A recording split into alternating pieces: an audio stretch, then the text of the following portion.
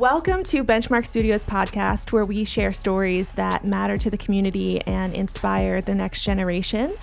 My name is Katie. I'm a volunteer here at Benchmark, and today we're joined by someone who has dedicated her life to protecting and uplifting children's health, Dr. Pia Fenimore. I'm also joined by two Benchmark students, Jada and Jalissa, who will be part of our discussion today. Thank you guys all for your time and for being here. I'm so excited for this. Dr. Fenimore, Pia, you've had such a powerful journey from McCaskey High School to leading pediatrics at Penn Medicine Lancaster General Health. What were some of the moments along the way that shaped your decision to dedicate your life to children's health? And share a little bit about yourself and your background. Sure. So I think there's been a lot of moments. I've been a very fortunate person, but I think it certainly started at McCaskey. I loved my time at McCaskey, but of course it was, like every other high school time, hard sometimes, emotional sometimes, all of those kind of things. But I'm very grateful to McCaskey for exposing me to so many different kinds of people, a lot of pretty rigorous academics, which I'm grateful for, teachers that were incredibly inspirational. So it really, I would say, started there, and that is out of all the schooling that I've done, and doctors, we have a lot of schooling. I would say that McCaskey's the one that has taught me the most skills that I use every day. How to talk to anyone, how to walk in other people's shoes, how to be flexible, how to listen. So I definitely think it started at McCaskey. Couple other things that happened. I was a Latin American Studies and Spanish major in college. Had no intention of going to med school whatsoever. And I started to get along that career path, and I really started to question where I was headed. I did some job interviews and things like that, and I started to realize that the career path that I was on really wasn't connecting. And I think you're at a moment there where you're kind of like, well, this is what my degree's in, so I better just do it. And I was fortunate enough to have a bunch of doctors in my life. My grandfather was a doctor. My dad is a doctor. And I watched what they were doing, and I watched how meaningful their careers were and how much of a difference they made every day. And I realized that I was not on that kind of track and that I really wanted to be. So I made a total 180 turnaround and started taking the classes I needed to go to medical school. So that was a really kind of pivotal moment for me as well. That's awesome. So it sounded like McCaskey was very impactful. Was there a teacher or mentor or personal experience that in Lancaster that left a lasting impression on you growing up? Yes. I'm going to tell you about two of them because I think they both reveal important messages. One is we'll start with the positive one. I had an English teacher who really taught me the power of words and taught me how to harness that power.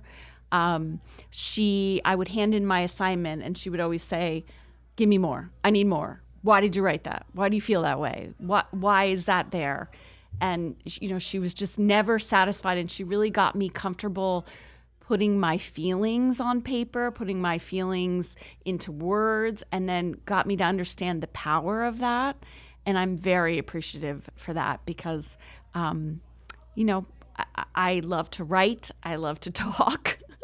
Perfect. And she really taught me to do those things in a positive way. The not so positive story is I had a science teacher who, when I went to them for help, because I've always struggled with math, and this was a science class that had a lot of math, and when I went to them for help, they told me that I was not a science person and that I should just kind of get my way through this class and then not take any more science classes. And at age 15, when someone tells you that, someone in an authority position, you believe it, and I did. It was only until my college forced me to take a science class that I realized, I actually am a science person and I love science and I can do this. Yeah, okay, math's a little harder for me than average people, but I like this. And so I get really, really angry now when I hear about people labeling kids or labeling anyone and saying, oh, you're just not good at that, because I just don't believe that that's true of anyone. Wow, that's very powerful. Yeah, that's really good. And it's so true that those labels can be so impactful. So speaking of that, what kind of labels have you guys heard, like from teachers or friends, of like, have you been labeled a math person or a science person or something like that? Wasn't labeled like a math person or a science person. I would say I was labeled more of artiste person. But like the bad stuff that they labeled me was like troubled kid and bad kid, and that's pretty much everything that I was labeled. And how did that make you feel when you would hear things like that? It kind of hurt my feelings because I wasn't really a bad kid. I just needed the right people to actually talk to. Exactly. Like, I needed to be comfortable enough to tell you why I was doing the stuff that I was doing. But also, it was more like, it started to make me believe that I was a bad kid because of the stuff that I was doing. And then it just wanted to make me act out even more. Right. So you started to believe those messages that you were hearing, and then they affected your behavior, and it just became this cycle. Yeah. What about you? Have you ever heard any labels? Anyone else called a label or someone labeled you? I've been labeled as a writer before Okay. because I really enjoy writing. Like, you could put a paper in front of me, any type of prompt, and I can go and I can write anything that you want me to write, and I'll continue to write and write and write until I can't write no more.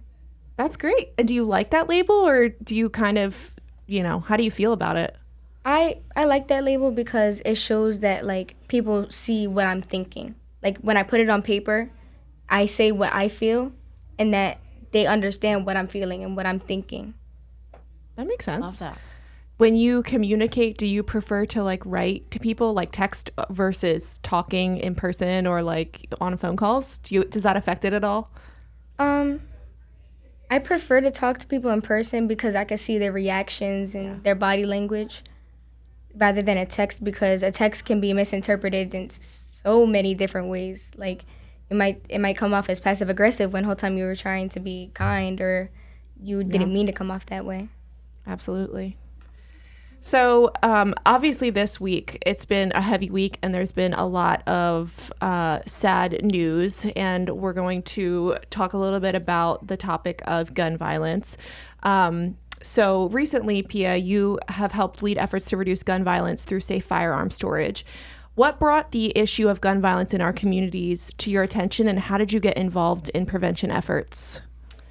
So as pediatricians, we spend a lot of time talking to parents and to kids about staying healthy and basically, how to stay alive and how to thrive. And I spend a lot of time talking about vaccines and diabetes and obesity and infectious diseases, cancer, things like that. And in 2023, the American Academy of Pediatrics, which is an organization that all pediatricians always pay attention to, pushed out the information that the number one killer of kids in the United States are firearms. And that really made me stop, because here I am, I'm spending so much time talking about these other things, but the number one killer is not cancer or obesity or diabetes. They're all important, but what are we doing for the number one killer? And the answer for myself, and I think most pediatricians, is we really weren't doing that much. So that made me start to talk to people who are doing things. And it also made me dig into the literature a little bit, and specifically the Lancaster County literature, because while I'm certainly all in for saving the world, I really want to help my own community first. And hopefully that will have echo effect and help the world. But and so the literature in Lancaster County is really remarkable. Firearms are the number one cause of suicide in Lancaster County. and that is by far a statistic. And so we started to think about, well, how can we prevent that? And so we looked into kind of some details about that, and it turns out that most of kids who use a firearm to complete suicide get it from a relative. And so we started to think about, well, what if that gun had been locked up? What if they hadn't been able to get that? Because we know that most suicidal thoughts are very fleeting. If you can kind of sit in them and move through them, they go away and you can survive them. But if you have a lethal means like a firearm, it makes your survival chances much, much less likely. So we started thinking about, well, what if everybody was storing their guns appropriately? And what if people who shouldn't be able to access them couldn't? And so we've really been doing some projects around that to try to make a difference. It also has turned out to be a huge bridge builder, because I think that when you just start talking about gun control, firearm owners don't want to even be near you. And we can talk all day about that. But when I started talking about firearm safety, the same way that I talk about put your baby in a car seat, wear a bike helmet, wear a seatbelt, they're all the same to me. They all protect people. They're all things we can do to protect people. When we started talking about like that, firearm owners were willing to come to the table, and they were really willing to kind of say, okay, I understand that I have something that really could harm people in my possession. I want to be able to own that, and I appreciate that you're not talking to me about taking away that right. And so we really moved through a lot of the obstacles between the two sides by kind of leaving the politics out of it and really focusing on public safety. That's awesome. I love that. So you changed the discussion from, you can't have this, we want to take something away from you, which makes people feel defensive, to why don't we just change the way we store them and try to have better resources and understanding of the risks, just like we do with understanding the risks of disease and other things like that, and the risk of being in a car accident, and approaching it the same way. So Jada and Jalissa, we talked about gun violence before and different things related to McCaskey. So Jada recently graduated from McCaskey. Jalissa is currently a student there. And you all had shared with me previously that in 2023, McCaskey was in lockdown 3 times. And it feels normalized in a way. And you all know that the reason it was in lockdown was someone was outside with a gun. Can you tell us a little bit about what that experience is like to, go through those, because neither you nor I have that experience. So what is it like to go through that? What are the emotions that you feel and your classmates feel when when your school goes into lockdown? I feel like at points it can be very nerve-wracking and very anxiety-inducing, especially when you hear the bell, like the announcer, and it starts to pick up a little bit. I mean, not pick up. It starts to they start to make an announcement. That bell that goes off, I don't know why, but it makes my heart drop. It makes me think that automatically something bad happened. They're about to announce something.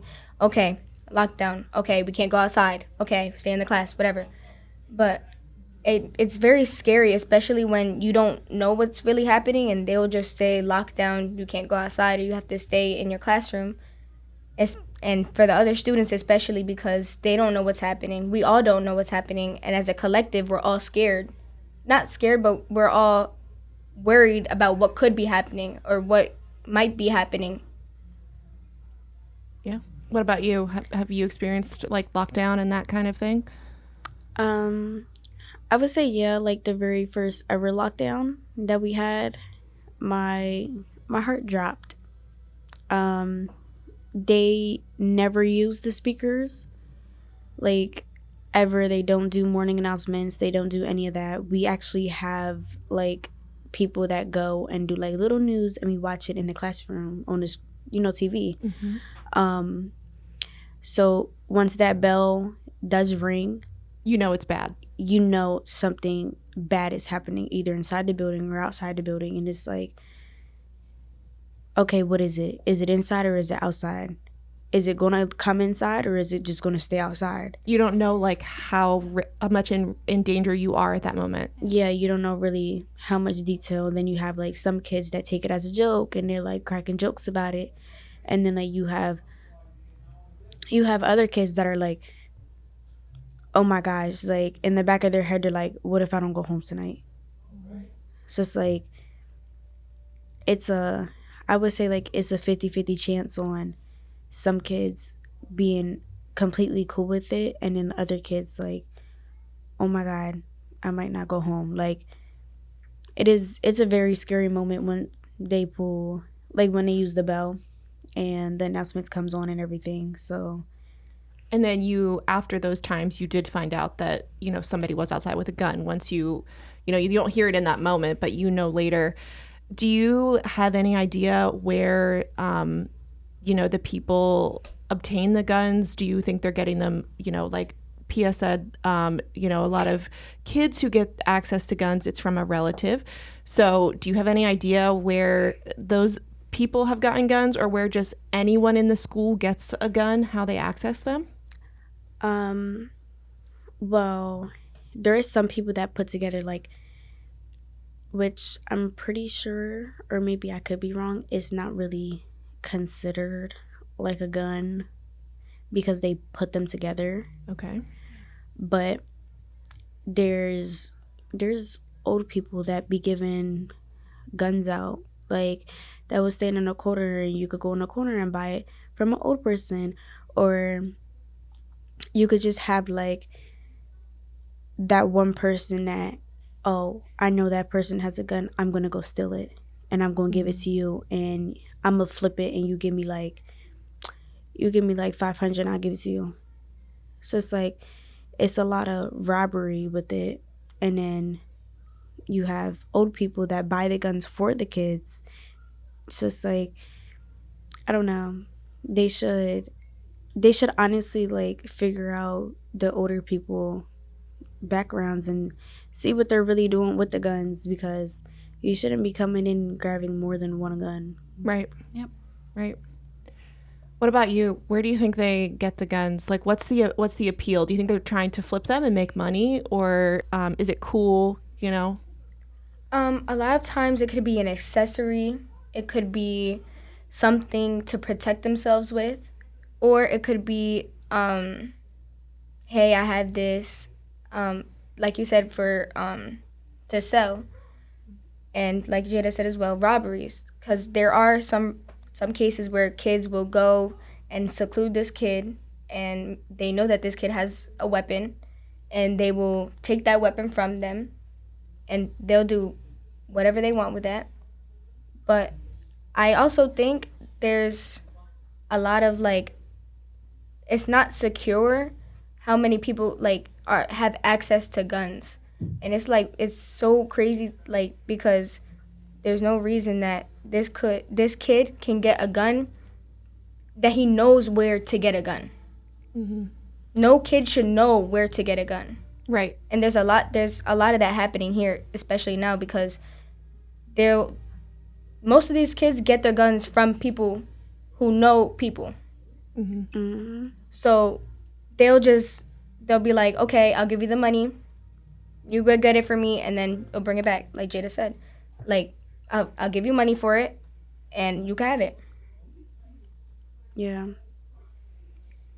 One of the things I've come to respect a little bit more, because when I went into this I didn't quite understand it, was just because I've had a lot of conversations with gun owners lately. A lot of people own guns because they don't feel safe and they want to protect themselves. And that would not be my personal choice. If I didn't feel safe, I wouldn't go to purchasing a firearm. But for a lot of people, that is the answer. And I think, we live in a country where that, if you're over 21, that's a legal thing to do, to go buy a gun to protect yourself. And I've been really trying to have conversations with them, number one, about why they don't feel safe, but number two, about when their gun isn't on them and with them, where is it? And what are they doing? Because if they want to feel safe, they need to make sure that it doesn't get stolen. So that's been interesting because I've seen some light bulbs go off about that. But there's a gap to bridge for sure. Do you think that some of them also want guns because it makes them feel safe? Yeah, most definitely. There's a lot of people that would rather pick up a gun because, for one, all you really have to do is just, clock it back and pull the trigger. Instead of picking up like a knife or razor blade and like slicing them, it's just, you could shoot them one time and get away. But a lot of people are scared with everything that's going on with the gangs and everybody jumping everybody. A lot of people are scared, so a lot of people is picking up guns and they're not using them the right way. Like,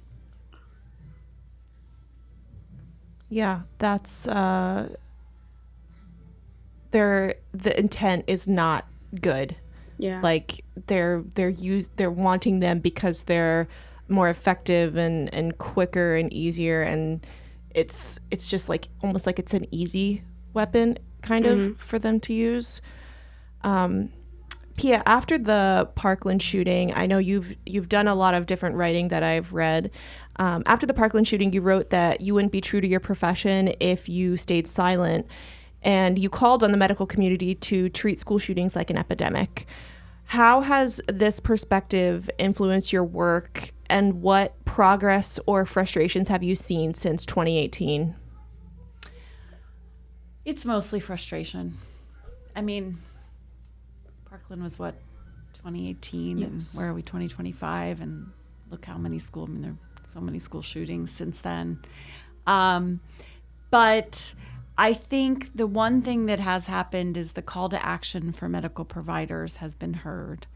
And it's not just pediatricians, it's trauma surgeons, it's family medicine doctors, it's emergency medicine doctors, all the people who see particularly kids affected by gun violence have really united and are trying to do things. And you can see them advocating in so many different ways. You can see them, marching on Capitol Hill. You can see them writing policy. There's a pediatrician running for office in South Carolina right now against Lindsey Graham, who has not done much for gun violence prevention. So she's really running on that platform. And then, locally, there's people doing a lot of things around trying to prevent gang violence and trying to give kids a better answer to when they don't feel safe. So I see a lot of action. I just haven't seen the results quite yet. And I think that's because we just haven't gotten enough people on board. Yeah, that's always the struggle. Yeah. To get the message out there and convince enough people to see a problem. Sometimes people just have trouble seeing a problem or seeing other people's perspectives or being in someone else's shoes. What are some practical steps that parents or really anyone that's a gun owner can take right now to reduce risks at home and elsewhere? You talked about how you kind of came to promoting safe firearm storage and you kind of brought those people together from the two sides. What are some practical steps that you give them? So the first thing I do is tell them to sign up for a class, and we run these free classes. They're taught by law enforcement, or we also have some like shooting range owners that come and teach these classes. Anyway, they're taught by people that know firearms and are comfortable with firearms. And so they spend a lot of time talking about all the different ways to store your firearm safely.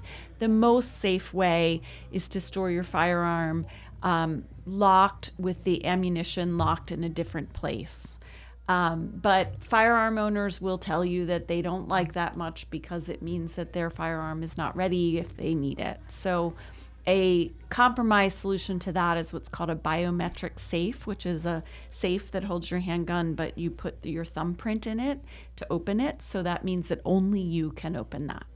And so if they sign up for a class, they get one of those for free. Wow. So that's really one of the things we've been pushing. And next month, we'll have our 8th class. So those have been really well attended. And I think that type of thing is kind of the way to go, educating people, but educating them in a place and a topic that they feel safe. Also, part of that class is a lot about mental health and suicide prevention and things like that. So we try to teach firearm owners that, especially if you have someone in your life that might be struggling with depression or things like that, consider actually storing your firearm somewhere else while that person is moving through that. And so we talk to them a lot about mental health as well. So that's really, for me, the number one thing that a firearm owner can do is just take that step to take a class. Where do you go to sign up for that kind of class? So you can sign up on the Mental Health America website or on the Penn Medicine Firearm Safety landing page. Awesome. Thank you. Thank you for sharing that. We're going to switch into children's mental health as a topic. So you've called mental health screening for kids as young as 8 a potential game changer. You've written about different methods and like questionnaires that are used. How do you explain its importance to parents or caregivers who might be hesitant about mental health care, or say things like, "My child's too young to need that," Yeah. So we use these screeners. They're little surveys that parents can fill out. If the child's under the age of 12, if the child's over 12, they fill out their own screener. And they just ask some questions that have been shown and have evidence to support that they can help us identify kids that might be struggling with some mental health problems. The thing is that kids of all ages, but especially younger kids, they don't wear signs on their chests that say, "Hey, I'm struggling." They don't even usually want to talk about it. I mean, one of the reasons why I love pediatrics is because kids and teens they just want to have fun. They just want to power through their day. They don't want to be sick. They don't want to not feel good. So it's a really cool thing about it. But when it comes to mental health, it makes it a little harder. So these screeners, they just give kids another way to say, "Hey, I'm hurting," and opens the door and lets them know that I, as their doctor, I'm willing to talk about it. I want to talk about it. I'm comfortable talking about it. There are treatments. There are things we can do. All of these things that maybe they don't know, or they think, well, why does she care? There's nothing she can do, which is not true. I do care, and there's a lot I can do. So these screeners open those doors. And I always tell parents, there's no side effects, doesn't hurt anybody, just do it. You might find something out about your kid that you probably should have known or want to know. Exactly. Absolutely. It doesn't have any downsides to just filling it out, right? Yeah. It makes you think. It could never be a bad thing to make you think about, how you're feeling or to see how the kid is feeling. We had a conversation, Jalissa, Jada, and I, about some myths or misconceptions about children's mental health. And some of the things that we came up with was misunderstanding anxiety and how there's certain things that people can do or certain things people can't do and others need to understand and they just don't get it. We also talked about how there's a just do it kids mentality, which is kind of what you just had shared, where they just want to power through. Also, not understanding depression because it's very sporadic. It's, you had said that it goes up and down and it's, you don't know how you're going to feel one day. We also talked about how mental illnesses are not taught very well in school and they should be. And also how it's so difficult to focus when you're emotionally unregulated. What are some myths or misconceptions that you hear most often from families about children's mental health? So one of the most frustrating things is when I hear adults say that their kid is just overreacting. And that is really hard for me because we need to take mental health very seriously. And I think if you are blowing it off, you're not only are you passing judgment on someone's feelings that you have really, frankly, no right to do, you're withholding potential treatment that could even be life-saving. So I get pretty angry when parents are like, they're faking it, or they just want attention. Yeah, they do want attention. Let's just say yes, and they deserve it. So so I try to diffuse that myth pretty quickly. Other myths are that there's nothing you can do about it, and that's really not true. The cool thing about our brains is that they are, even when we're older, they're very moldable. You can really change those neuron pathways. They get stuck sometimes in places that they shouldn't be, or they start reacting to chemical levels in the brain that are off. But all of that is changeable. And whether it be through therapy or medication or even just changing little things like getting more sleep, you can change those neuronal pathways and really feel better. So I first try to kind of say, hey, there's a lot we can do here. Let's do it. Let's get you feeling good.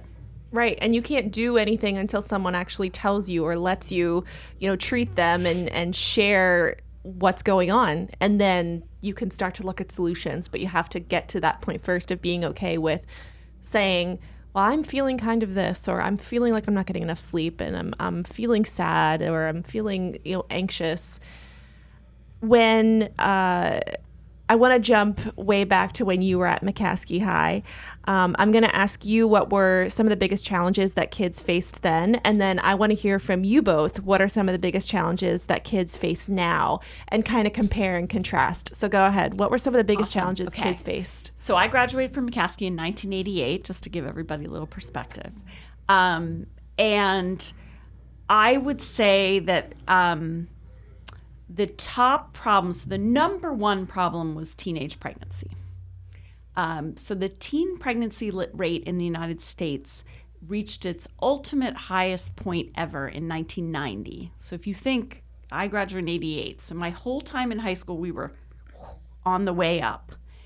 And that was during a time where students who got pregnant at McCaskey, they usually dropped out. There weren't any kind of supports for them.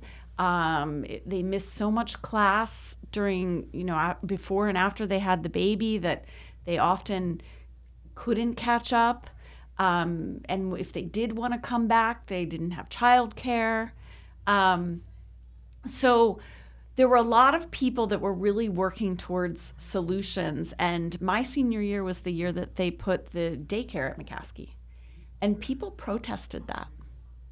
People said that would encourage teenagers to have babies, which I say that out loud now, and it just sounds so ridiculous. But that was going on, and now the teen pregnancy rate is actually at an all-time low through efforts to increase access to birth control, teach abstinence, and provide support and care to keep teenagers in school so that they don't have that second baby when they do get pregnant the first time.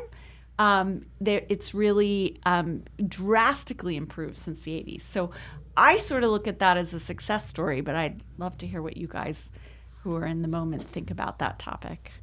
Yeah. So right now I feel like the hardest part is either popularity or trying to fit in and try to act like everyone else is, or trying to act normal, but normal is just staying quiet or just not speaking your mind all the time. While considered not normal is speaking speaking over the top, or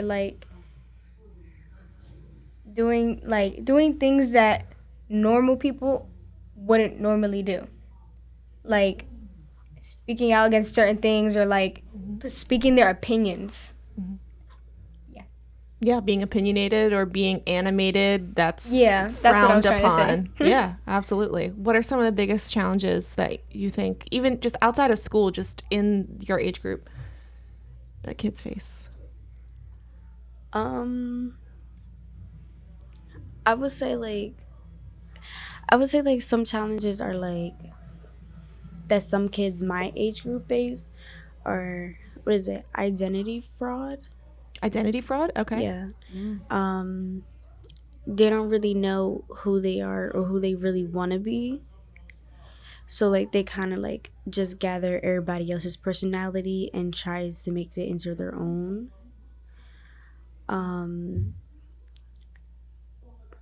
Being two-faced. Two-faced? Yeah.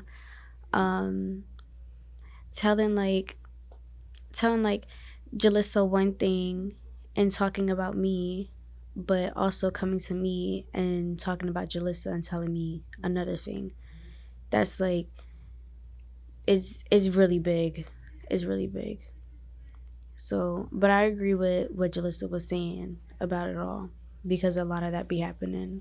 Yeah, and those things that you both mentioned are very connected. We're very worried about what other people think, and you change who you are depending on who you're with. So you don't come across very authentic, and it can really strain relationships when you appear to be so different, and you're hard for someone to understand because you just change and like you appear two-faced, like you mentioned. I feel like another one, a really, really, really big one, is judgment. Yeah. Do you feel like kids judge each other, or do you feel like it's just judgment all over? Absolutely. Everywhere you look, there's judgment. Even when people think they're not doing it, they do it a whole lot. And I feel like that's the biggest problem because it's so normalized, especially in like TV and movies and stuff. It just looks it looks appealing, and that's what we're taught. So Yep. people don't look at it as wrong. They just look at it as, oh, I'm just being me. But they're being judgmental about, oh, say someone's making fun of the way someone else walks. That's being judgmental, but they don't realize that. That's judging. And then like either you're verbally not saying it, but your face is saying it, or maybe your face ain't saying it and you're verbally saying it and you think that it's a joke and you think that it's okay. Some people get like really, really insecure with somebody judging them about weight, about how they look, about acne. Like there's no point. There's no point in judging anybody because not everybody's perfect. And everybody has their own story to tell. Absolutely. One of the things that Upia had written about in some of your articles was stressing the importance of stable family dinners and routines. And you note that family dinners, regular exercise, healthy eating have a huge impact on mental health. And very few American families do share regular meals, but research shows that there's fewer depressive symptoms and better grades when that is happening. What advice would you have for, especially those facing instability, to incorporate these simple but protective habits, especially when it's very difficult because some kids just don't have those stable routines and environments? So first of all, I think it's important to define family dinner, because I don't really mean that these have to be your relatives. Family dinner can be sharing a meal with some friends who you know always have your back. Family dinner can be having coffee with a teacher that you really like. It's really about sitting down, turning all the other noise out, and being with people who you know don't judge you, as we've been talking about, and who really care about what you want to talk about and who really have your best interests at heart. When it comes to busy families or families that don't have resources and things like that, I also would just say it's it's also about just kind of being in the moment. So it doesn't mean that there has to be some meal involved or that everybody has to be sitting around like some kind of fake TV show. It can happen in the car. It can happen while you're walking to school with your 8-year-old. I mean, there are so many places that this kind of thing can happen. And what you're really looking for are connections, are ways that somebody is listening to somebody, somebody's receiving it and going back and forth. And also that you're really hearing things. So parents always say, well, I asked them how their day was, and they say good, and then the conversation's over. And so we really spend a lot of time trying to teach adults how to talk to kids, how to get answers, how to ask them what they want to talk about. And one really common game is to play rose and thorn. So what was the rose of your day and what was the thorn of your day? Or what was the good thing and what was the bad thing? And sometimes it's also good to just realize that your child just wants to sit with you and not talk. So it's really, I think we use the words family dinner, but it's really more a connection. Absolutely. That connection is something we crave so much. On TikTok, there's thousands of videos of teens diagnosing themselves with anxiety or ADHD. They use terms like gaslighting and trauma dumping. Do you think this is something positive because we're normalizing these conversations, or do you think that it's harmful because it's oversimplifying these serious, struggles? Well, I think, first of all, I'll say I like TikTok. I think it's a great resource. It's a really good place where mental health concerns have lost their stigma. So I love that. Like, people are talking very openly about anxiety and depression. And I think that's great. I think everything we see on TikTok has to be taken with some questioning. And so certainly when kids come to me and they say, well, I saw on TikTok that I can treat my depression with raspberries, I'm like, well, no. So, that's obviously a silly example, but I really appreciate it when people check with me, and I think everyone should check with their healthcare provider, or at least a trusted adult before they take something that they learned on TikTok seriously when it comes to their health. I hate the term trauma dumping because I think you're being very judgmental on other people's problems, other people's emotions when you use that term. And so I don't really like that term. Gaslighting is a real term. It means when somebody tries to squash your voice, or when someone tries to make you feel like you can't speak your authentic self. So I certainly respect the term gaslighting, but I think it's really overused right now. So I appreciate TikTok for just bringing to light all of these things and for taking away the stigma. But I think that if we're going to have real conversations about things like mental health, they need to occur in private with people who know the science and understand what it means. Absolutely. Have you guys seen some crazy things on TikTok? Sure. Tell me something crazy you've seen on TikTok.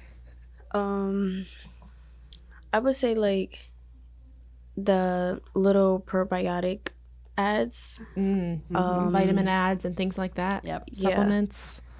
There is no reason why you should be showing your undies on an ad with, I believe it looked like cottage cheese on it. Oh my. But like, you should not be showing that on the ad and saying that thick gets rid of that, because I'm just not going to believe you. Like, do you see your underwears? Like, I'm not going to believe you. Also with like, oh, this takes away smells and this does this and this does that. Just stop promoting stuff, honestly. Stop promoting it. Because somebody can honestly order it and then they not get the actual thing, or that gives them BV, or that gives them a yeast infection. Like, and BV is a very common thing. You could get it from anything. So it's like, just stop promoting stuff that is chemicals in it. That could be not correct for what they might need. It's not the right thing for what they need. What about you? Something crazy or funny you've seen on TikTok? I was thinking, and I see, like, you know what ashwagandha is? Ashwagandha? Yeah, sure. Yeah, that was really, really big for a while. And I was like, I'm not going to lie, that seems like quite a placebo, because there's no way that it can keep you calm or it could keep you from having outbursts when it's basically just a vitamin. You gotta go to the doctors for that. That's what I'm saying, yeah. Like, if you want something that's truly going to help you and help you try to get better, it's going to be from the doctors, not mostly anywhere on the internet. True. That's probably true. I Most agree. of the better advice will come from your doctor than from the internet.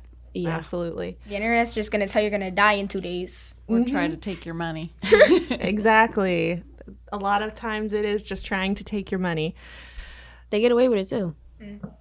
So you mentioned earlier that in the 80s at McCaskey, teen pregnancy was such a prominent topic and issue. There was very high rates. So even though rates are much lower now, which is good, many programs default to abstinence-only messaging, but we know that doesn't always meet kids where they are. What are other strategies that you recommend for preventing teen pregnancy and sexually transmitted infections?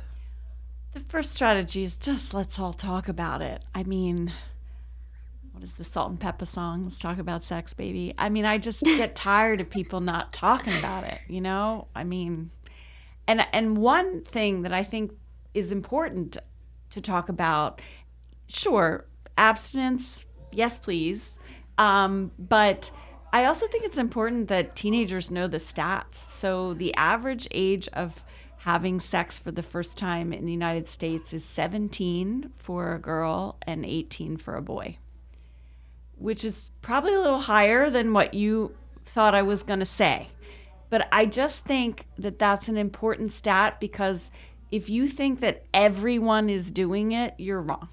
So I think there's a lot of like peer pressure around it and things.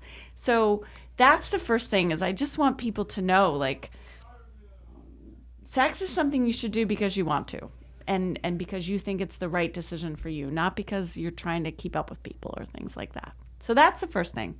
Second thing is, I think it's important for everybody to understand that there's two things you have to think about when you're thinking about having sex with someone. Number one, how do I not get pregnant? And number two, how do I not get a disease? And they're different things, but they both deserve time in your brain. So I think that's kind of how I approach it with kids. I really try to be very open and comfortable talking about it. And I try to cover 3 topics with them. Number one, are you doing this for the right reasons? No one's forcing you. You're not doing it to prove something. You're doing it because you want to, because this is something that you want to do. And number 2, what are we going to do to make sure that there aren't any pregnancies that you don't want? And number 3, what are we going to do to make sure that you don't get an infection? Good, thanks. So wrapping up our discussion, thank you all so much for being here. One last question. When you think about legacy, what impact do you hope your career has on the next generation of Lancaster's youth? Well, I guess first of all, I just hope I have a little bit of a legacy.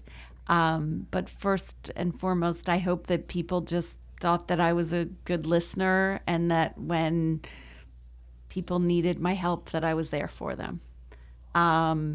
And I guess my legacy is probably healthy kids and grandkids in the world, because that's what I spend a lot of time trying to make sure happens. Wonderful. Well, you do have a legacy for sure, and we appreciate the impact on the community. If you enjoyed this conversation, share it with a friend, reach out to someone who might need a little extra support today, and keep following along as we continue to share more podcasts and talk about community things going on and the next generation's challenges and hopes and dreams. Thank you.